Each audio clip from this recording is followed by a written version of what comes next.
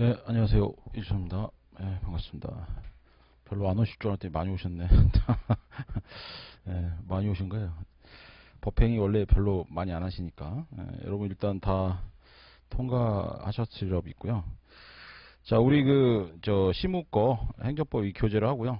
이게 이제 가장 사실은 작년에도 이제 이걸로 했는데 여기서 다 나왔어요. 여기서 다 나왔기 때문에 일단 뭐 작년에 나왔으니까 올해도 나올 것이다. 뭐 이런 거는 이제 뭐 당연히 제가 출제자가 아니니까 확신은 못 드리지만 그래도 하여간 우리 그 법행은 특히 이제 나오는 데서 주로 나오고 특히 행정법은 1차 과목이 없었기 때문에 아무래도 좀 변동성을 좀 적게 둘 수밖에 없는 게 맞습니다. 그죠?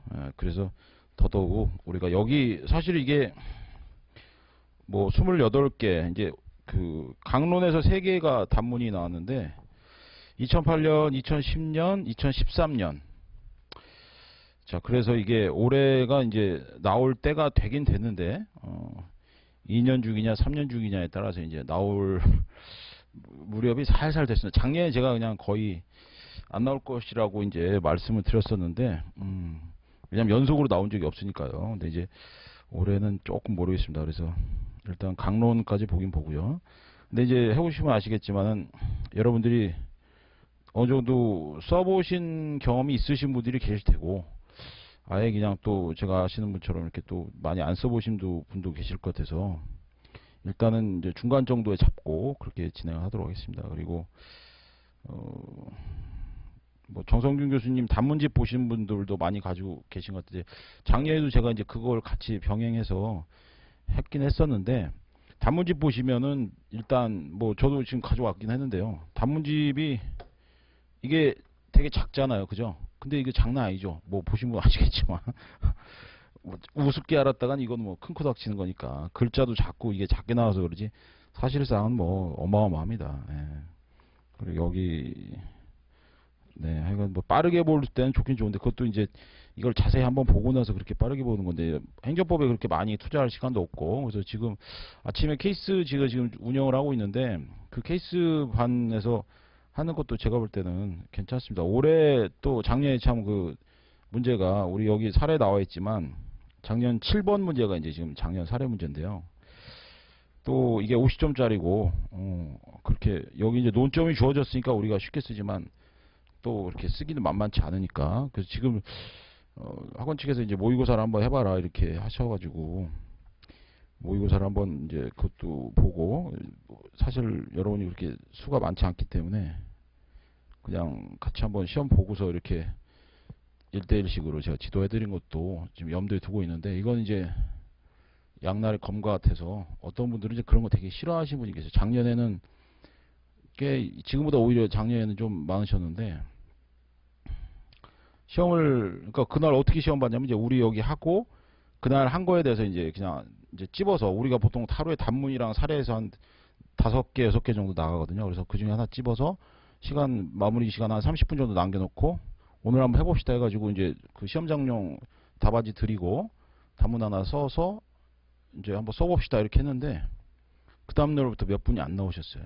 그래서 상당히 별로 마음에 안 드는 건가 이런 생각이 들어서 근데 그런 거 두려워하지 마시고 그냥 막 써야죠. 그죠? 막 써야 되고 그리고 이런 기회가 없잖아요. 사실 뭐 여러분이 뭐 실제 시험장 가서 다 잘 되겠지라는 생각은 택도 없는 생각이고 그래서 꼭 그런 거 한번 여러분들이 이제 의사를 반영을 해서 여러분들이 제가 이제 해도 별 무방하다 그러면 이제 하는 거고 근데 여러분들이 이제 쉬는 시간에 오셔서 아 나는 이건 싫다 이렇게 이제 조용히 얘기하시면 그렇게 또 하고요. 그래서 원하는 부분만 하는 것도 좀 괜찮습니다.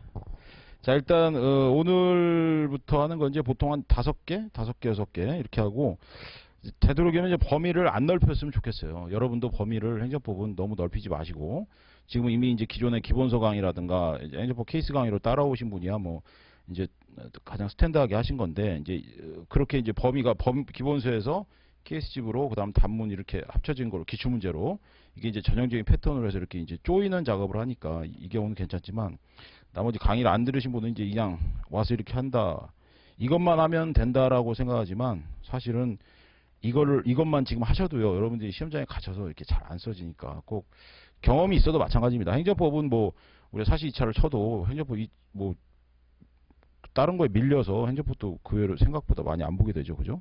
그러니까 행정법 일단 우리 목표는 지금 5일밖에 안 되고 여기에 있는 걸 일단 여러분이 다 거의 뭐 암기에 가깝게 하는 게 좋습니다. 그리고 저 출판사에서 이거 지금 하신 분이 답안지를 상당히 신경 써서 잘 썼어요. 그리고 제가 늘 답안지 줄이기, 그 다음 기본서에서 케이스에서 양 줄이기 이렇게 하는데 양을 많이 줄여서 딱 쓸 것만 썼습니다.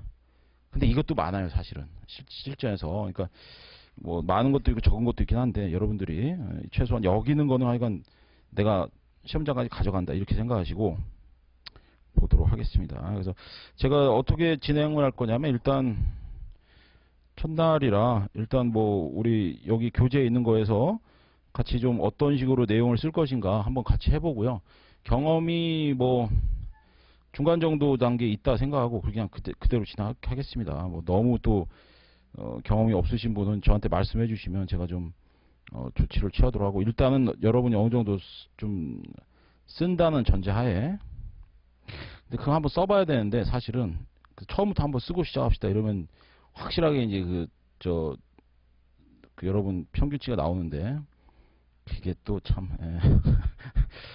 애매합니다. 그게 사실은 여러분들의 또 하여간 오늘부터 하는 거는 이제 일단 여기 있는 거 하여간 좀 확실히 하고요.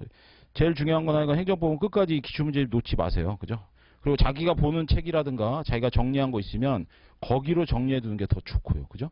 자기가 정리한 것 중에 여기에 나와 있는 목차 정도는 다 이렇게 체크해 두십시오. 그죠? 그게 일단 1순위입니다.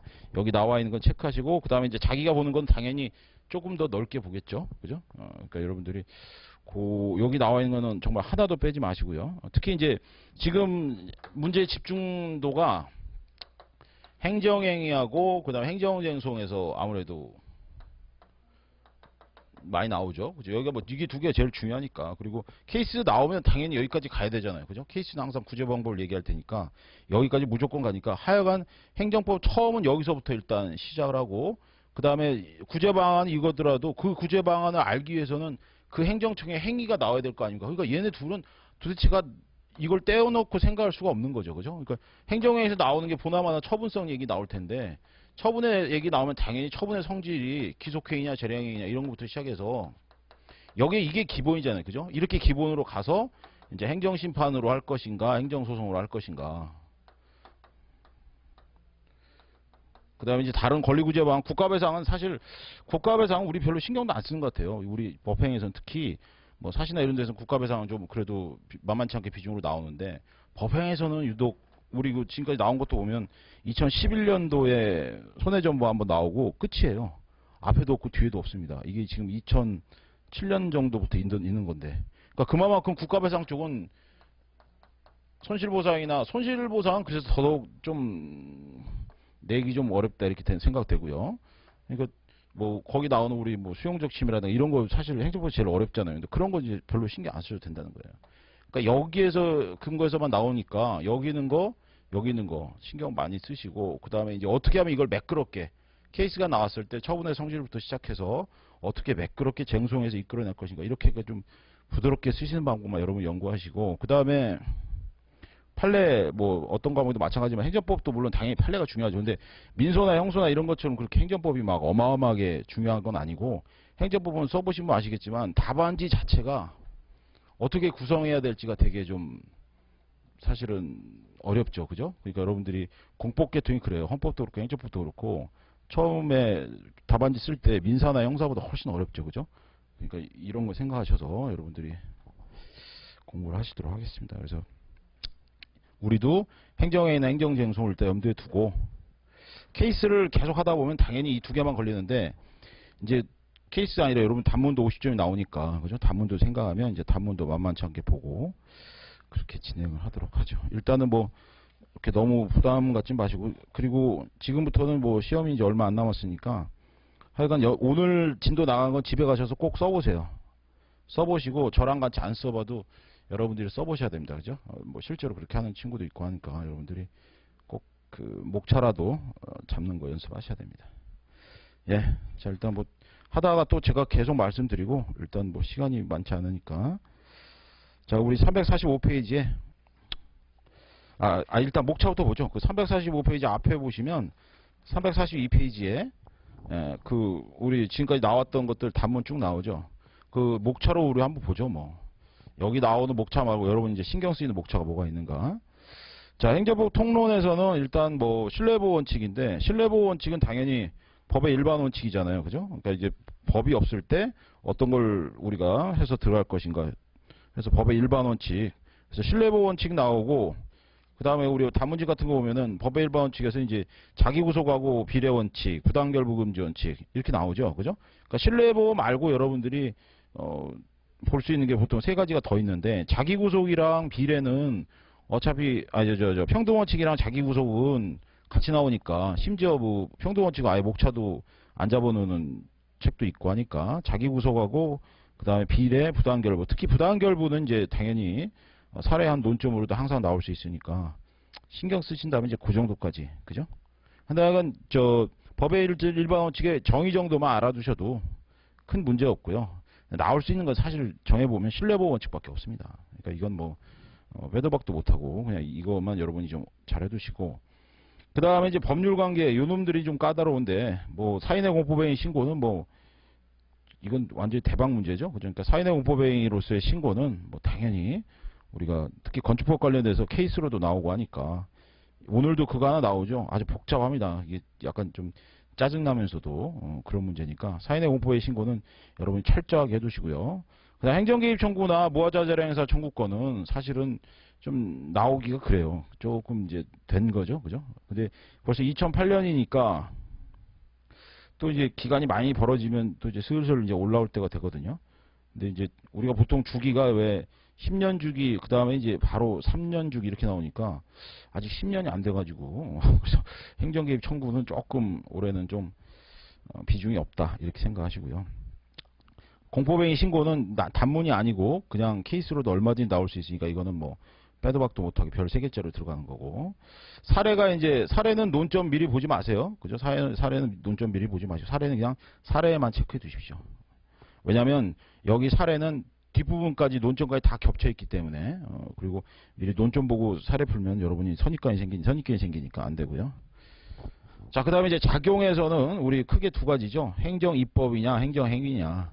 근데 행정입법은 뭐 뻔하잖아요. 법규명령 행정규칙 둘밖에 없고, 법규명령 형식 행정규칙이냐 행정규칙 형식이 법규명령이냐, 그 두 개만 구분하시면 되는 거고, 학설은 똑같죠. 형식이냐 실질이냐 수권해비 여부냐, 그죠? 수권 유무설 요것만 뭐 학설 주야장창 나오고, 판례가 이제 그때그때 어떻게, 특히 불형 형식하고 그러니까 시행령 형식하고 시행규칙 형식이 나왔을 때 판례가 비판을 받을 짓을 하고 있다. 이제 그거 우리가 써야 되는 거 생각하시고요. 그거 있고요. 그래서 행정입법에서는 역시 2013년에 나온 게 제재적 행정처분의 기준이 이제 대통령령과 불형 형식, 이게 바로 법규명령 형식의 행정규칙이죠. 그죠? 그러니까 요거 이제 또 슬슬 나올 때가 됐죠. 그죠? 2013년에 나오고 이제 또 나올 때가 됐습니다. 벌써 그러니까 2년 정도 벌써 넘어가면 뭐 여기는 뭐 행정입법 나온다면 짤 없죠. 그죠? 그 다음 행정행위는 뭐 어마어마하게 많죠. 그죠? 뭐 6번 같은 단문은 재량행위가, 기속행위 재량행위가 이제 더 이상 안 나오니까 기속행위 재량행위로 뜨는 게 아니라 재량행위에 대한 사법적 통제가 나오죠. 그죠? 그러니까 요거는 목차를 여러분이 어떻게, 지금 딱 봤을 때 재량행위를 어떻게 사법적으로 통제하지? 재량행위에 대한 통제가 여러 개가 있잖아요. 뭐 입법적 통제도 있고, 기본서 보면 여러 가지 통제가 있는데 행정적 통제라든가 그 중에서 탁 집어서 사법적 통제만 얘기했거든요. 그러니까 이런 단문이 나오면 기본서나 여러분 단문집에서 재량행위에 관련된 통제를 전체 파트를 한번 훑고, 그러니까 목차가 어떤 게 있는지 한번 보고 그 다음 사법적 통제를 특정해서 보는 거예요. 기본서 같은 데서 볼 때. 그러니까 여러분들이 이것만 가지고 정말로 공부하기 싫어서 이것만 한다, 그런 거는 우리가 흔히 하는 말로 좀 이거는 다른 걸 보고 나서 이거를 이제 마무리 짓는 과정에서 중요한 거고, 이것만 가자 이건 이제 시험 전날이나 이렇게 해야 되고, 지금은 이것만 가자면 되게 위험하게 보시는 거니까 지금은 약간 요거보다 범위를 조금 더 넓혀서, 그죠?